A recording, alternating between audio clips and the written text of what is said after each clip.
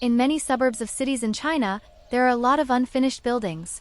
With the expansion of urbanization in China, more and more companies are buying land from the government to build and then sell to ordinary Chinese people.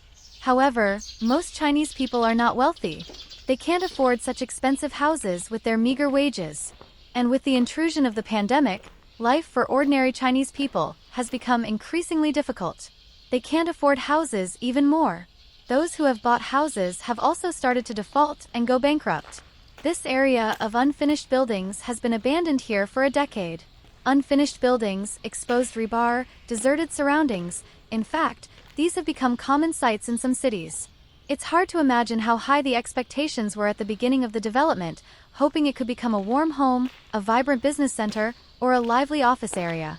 People buy houses, usually for stability and happiness. However, facing the unfinished buildings, the dreams of homebuyers are often shattered one by one.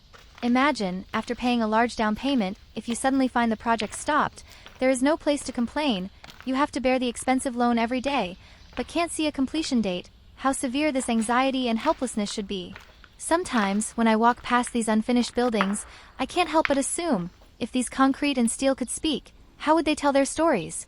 Maybe they would complain they were given such beautiful expectations at the beginning, but because the developer's capital chain broke, the whole project was forced to stop. They could only wait here alone. Maybe they would, silently witnessing the rain and wind, slowly corroding and aging.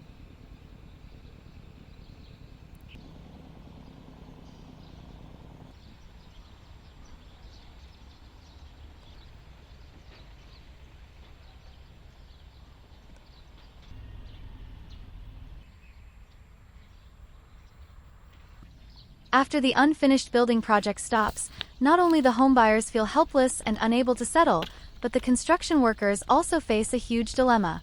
Firstly, many construction workers may suddenly lose their jobs after a project stops. These workers are mostly migrant workers, who leave their hometowns to work in cities, relying on the money they earn each month to support their families. Once the project is stopped, wage arrears often occur. The workers not only lose their source of income, but they also often face the situation where they can't get the wages that should belong to them, which directly affects their life and livelihood. The moment the construction site stops, the lives of the construction workers may suddenly fall into an unstable state. They have to quickly find new job opportunities. However, finding a new job is not easy. On the one hand, suitable construction projects are not always available. On the other hand, these migrant workers rarely have other professional skills, so their job choices are limited. If they return to their hometowns, the situation becomes even more complicated. In rural areas, job opportunities are relatively scarce, especially in places that rely on farming for a living. The income share is often not high.